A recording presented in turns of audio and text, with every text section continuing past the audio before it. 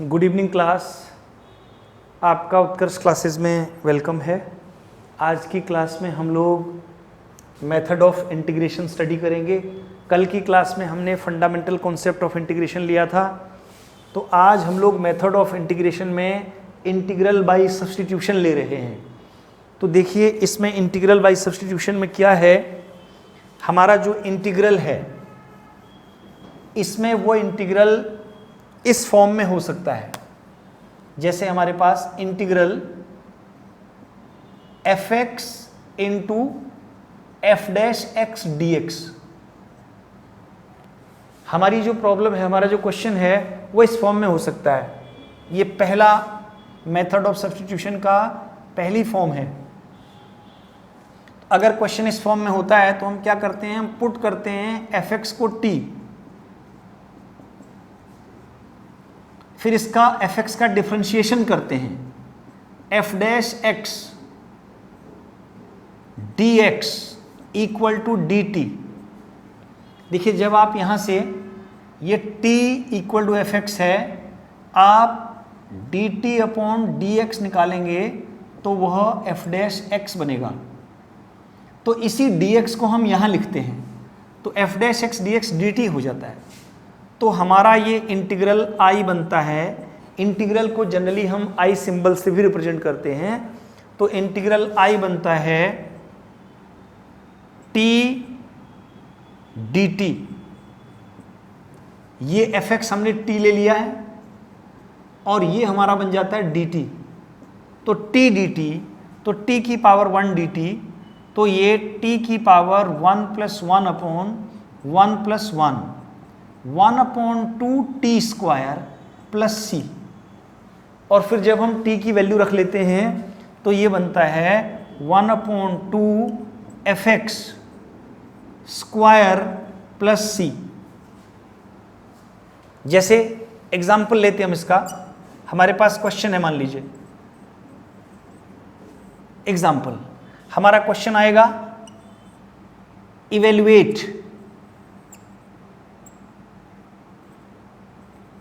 Evaluate integral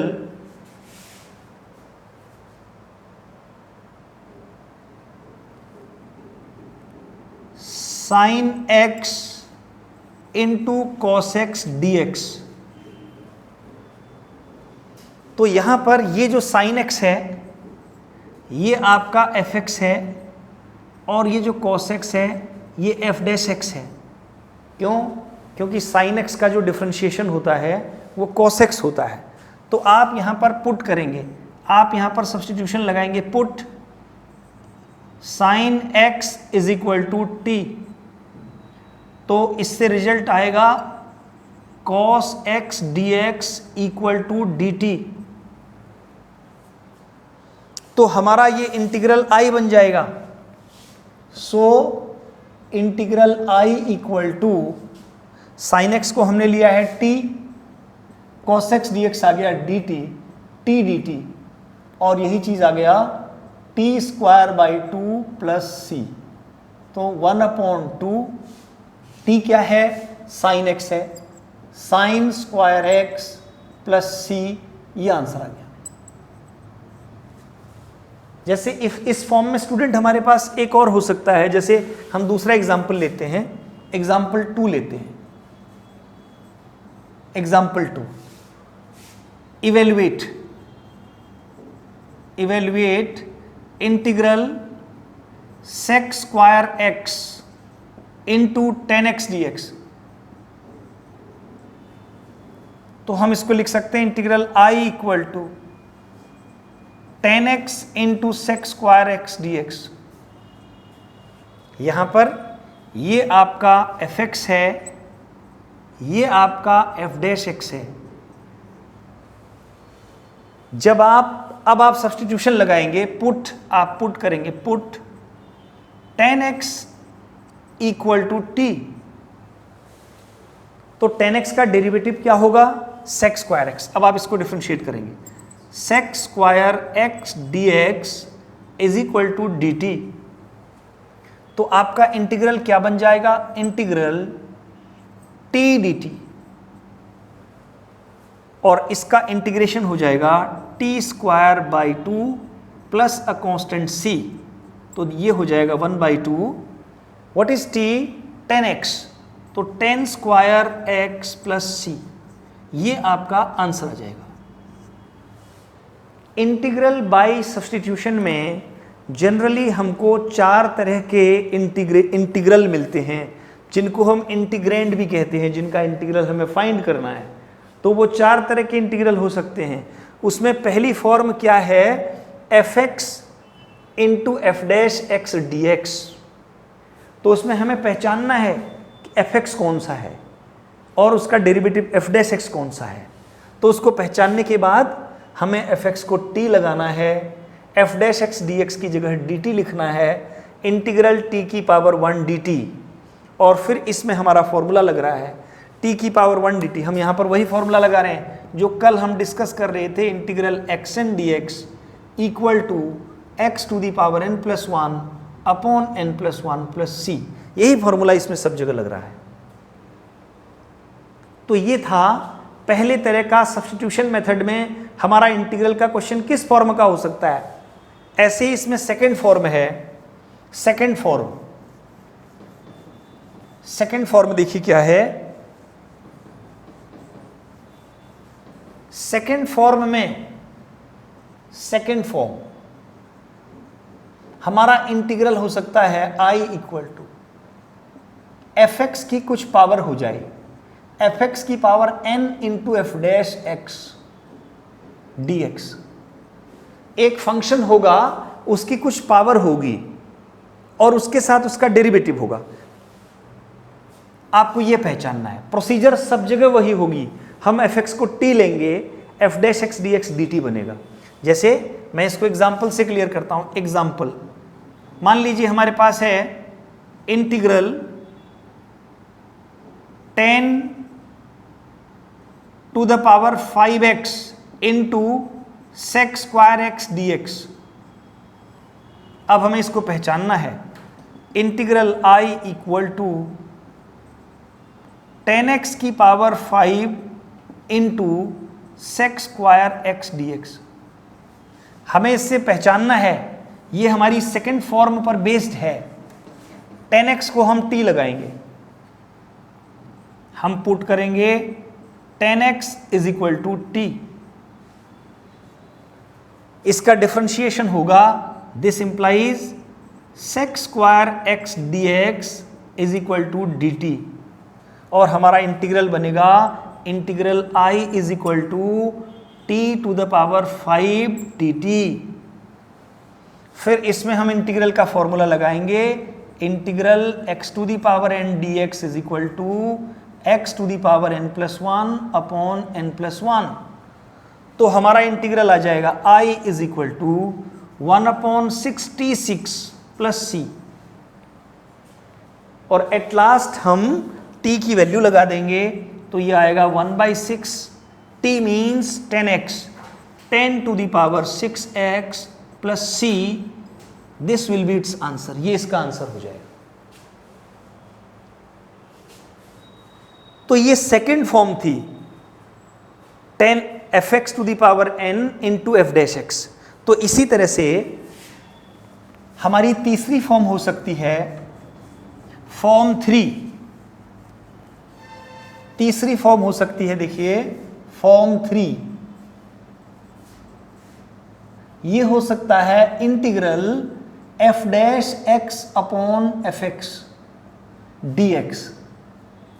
इसमें denominator में function होगा एफ एक्स, न्यूमरेटर में उसका डेरिवेटिव होगा। प्रोसीजर सब जगह वही होगी। हम क्या करेंगे, हम पुट करेंगे f x is equal to t, f dash x D x d t बन जाएगा। इसको भी हम एग्जाम्पल से क्लियर करेंगे। एग्जाम्पल लेंगे, जैसे देखिए इंटीग्रल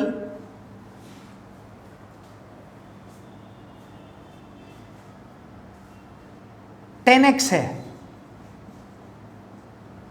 इसको हम लिख सकते हैं integral sine x upon cos x.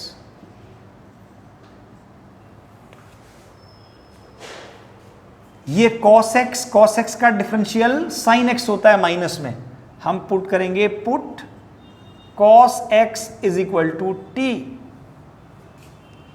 फिर डिफरेंशिएट करेंगे minus sin x dx dt, तो sin x dx equal to minus dt, तो इंटीग्रल I हो जाएगा, I विल बी क्या होगा देखिए, minus outside dt upon t, dt upon t, तो dt upon t minus log t plus c, तो ये माइनस लॉग cos x आ जाएगा प्लस c, क्योंकि आपको ये बताया है कि integral 1 upon x dx equal to log x होता है, तो वहीं से ये dt upon t means 1 upon t dt log t आ गया। और एक और लास्ट फॉर्म का एक्सरसाइज में जाने से पहले आज हम लोग एनसीईआरटी की सेकेंड एक्सरसाइज का कॉन्सेप्ट ले रहे हैं। हमारी फोर्थ फॉर्म हो सकती है फॉर्म 4,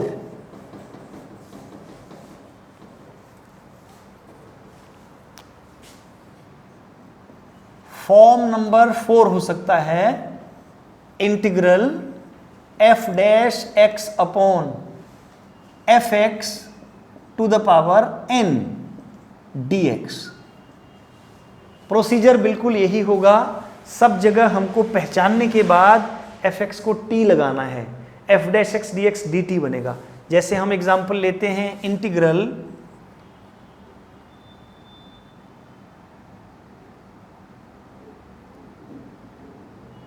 हम ले लेते हैं cot x to the power 5 cot to the power 5x cosec square x dx।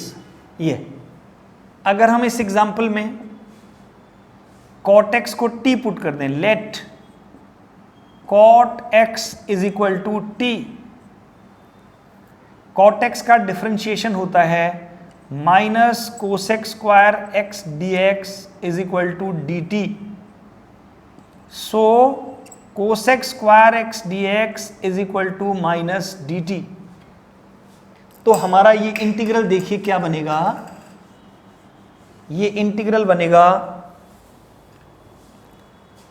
I equal to minus dt upon t to the power 5, इसको हम लिखेंगे minus integral t to the power minus 5 dt।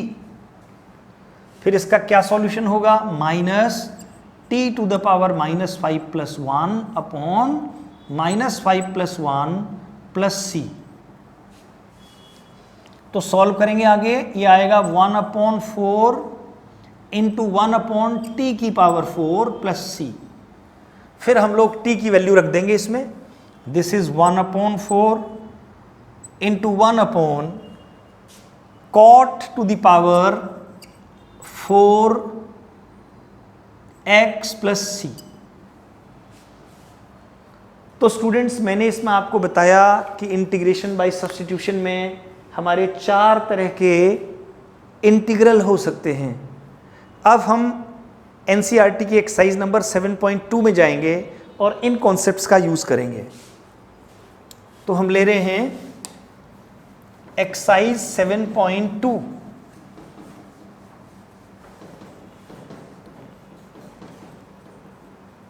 Exercise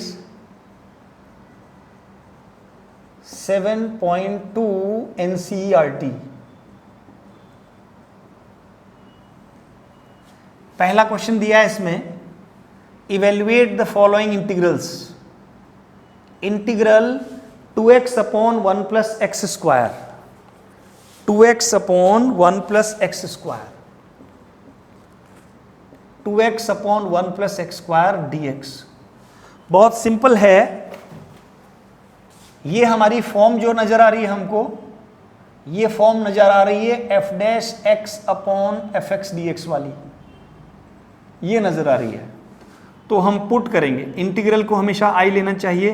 I stands for integral 2x upon 1 plus X square dx। हम put करेंगे 1 plus X square को पूरा t, differentiation करेंगे 1 का 0, x square का 2x dx। ये इंप्लाई करेगा 2x dx is equal to dt। So I equal to dt upon t, और dt अपॉन t का मतलब है इंटीग्रल 1 अपॉन t dt, और इसका मतलब है log t प्लस c। देखिए लॉग पॉजिटिव वैल्यू के लिए डिफाइंड होता है, तो कई बार हम लॉग के साथ मॉड भी लिखते हैं, लॉग मॉड टी भी लिखते हैं, क्योंकि लॉग पॉजिटिव वैल्यू के लिए डिफाइंड होता है इसलिए। तो ये log 1 plus X square plus सी, ये हमारा आंसर आ गया। तो इस तरह से हम अपने क्वेश्चंस में इंटीग्रल बाय सब्स्टिट्यूशन का यूज करते हैं। ऐसे ही हम नेक्स्ट क्वेश्चन देखेंगे।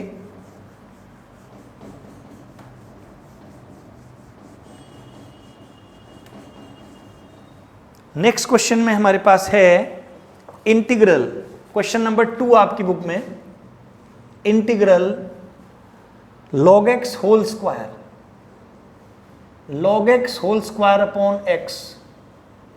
आप लेट करेंगे let i equal to log x whole square into 1 by x dx। तो ये जो प्रॉब्लम है, ये प्रॉब्लम ये है इंटीग्रल fx की power n into F dash x dx, इस फॉर्म की। हम पुट करेंगे, put log x is equal to t। log x का डेरिवेटिव होता है 1 upon x dx is equal to dt। तो हमारा इंटीग्रल I बन जाएगा, इंटीग्रल log x को हमने t लिया, t स्क्वायर dt, और यही चीज बनेगा 1 upon 3t cube plus c। फिर हम t की वैल्यू लगाएंगे, तो ये आएगा 1 upon 3 log x whole cube plus a constant c, ये आंसर आएगा। तो इस तरह से जो सब्स्टिट्यूशन की फॉर्म है, सब्स्टिट्यूशन इंटीग्रल बाय सब्स्टिट्यूशन में fx और f डैश x को हमें पहचानना है कि कौन सा फंक्शन है, कौन सा उसका डेरिवेटिव है, क्योंकि हमें क्या करना है, हमें fx को t लगाना है। fx को t लगाएंगे तभी f dash x dx dt के इक्वल आएगा। जैसे हम नेक्स्ट एग्जांपल लेते हैं,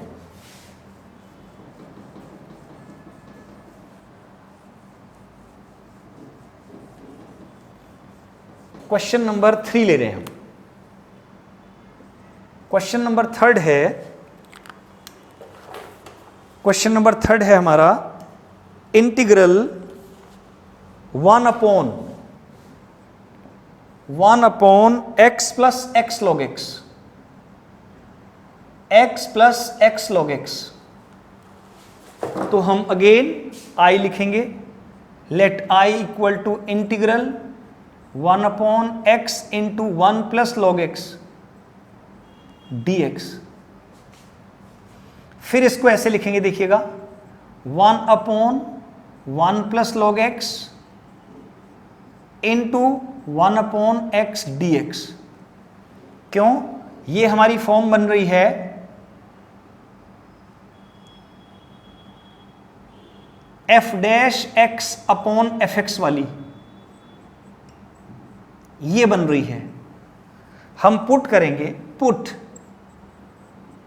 1 plus log x equal to t. इसका जो डेरिवेटिव होगा 1 का 0, log x का 1 by x, 1 by x dx equal to dt। तो हमारा इंटीग्रल किस फॉर्म में आ जाएगा? देखिए इंटीग्रल आएगा I equal to, integral I equal to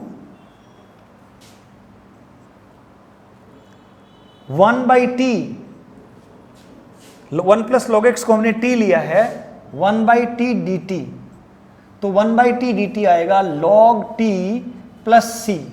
अब हम t की वैल्यू रिप्लेस करेंगे, तो t की वैल्यू है log 1 plus log x, t की वैल्यू है 1 plus log x, 1 plus log x plus c, ये आंसर हो जाएगा।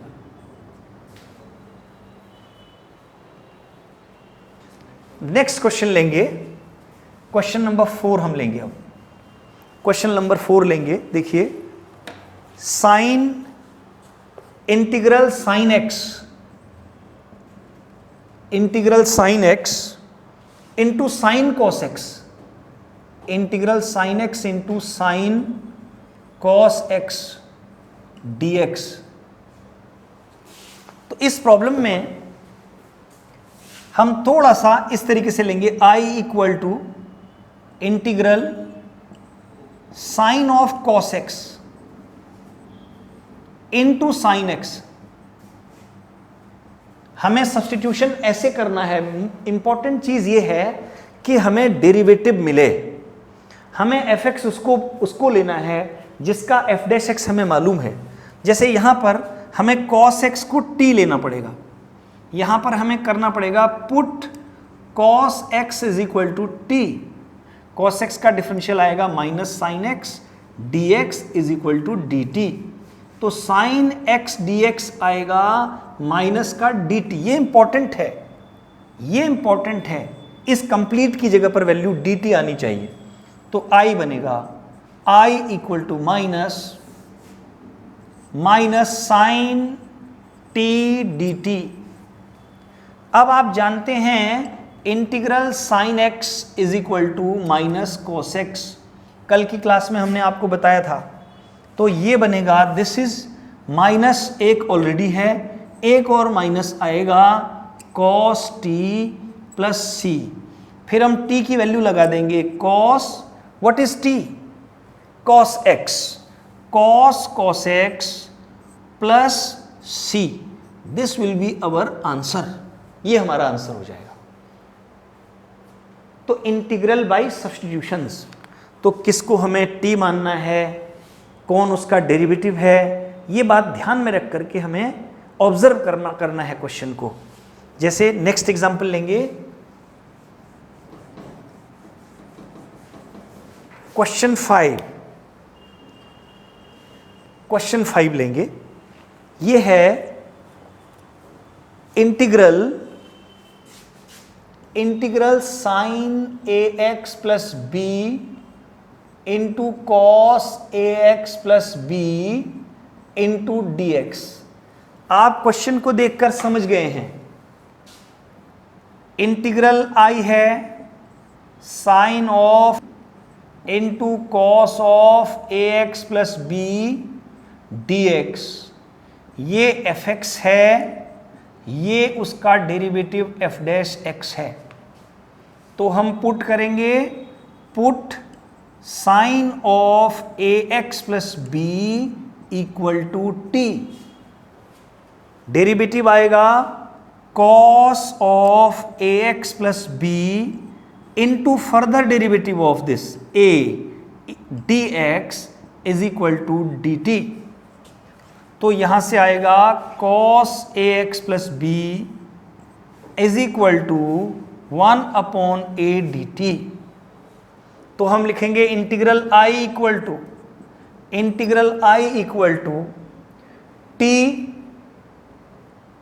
T D T, 1 by A बाहर टी डी टी। तो ये आएगा 1 by a t square by 2 plus c. 1 by 2a what is t, sine A x plus b. तो sine square a x plus b plus सी, ये हमारा answer हो जाएगा। तो स्टूडेंट, आज की वीडियो में हम इतना ही करेंगे आज की क्लास में। फिर कल हम एनसीईआरटी एक्सरसाइज नंबर 7.2 का डिटेल डिस्कशन करेंगे। आज हमने आपको बताया कि किस तरीके से हम सब्स्टिट्यूशन में हमारी कौन कौन सी फॉर्म होती हैं, किस तरह से हम सब्स्टिट्यूशन को पहचानते हैं? सब्स्टिट्यूशन में एक फंक्शन होता है और एक उसके साथ डेरिवेटिव होता है, और बार बार हम आइडेंटिफाई करने की कोशिश करते हैं कि फंक्शन कौन सा है, वो fx है, उसके साथ f' कौन सा है डेरिवेटिव, तो हम fx को t मानते हैं, f' dx dt हो जाता है, तो हमारा जो क्वेश्चन है वो बहुत सिंपल हो जाता है। तो thank you for watching Utkarsh classes videos.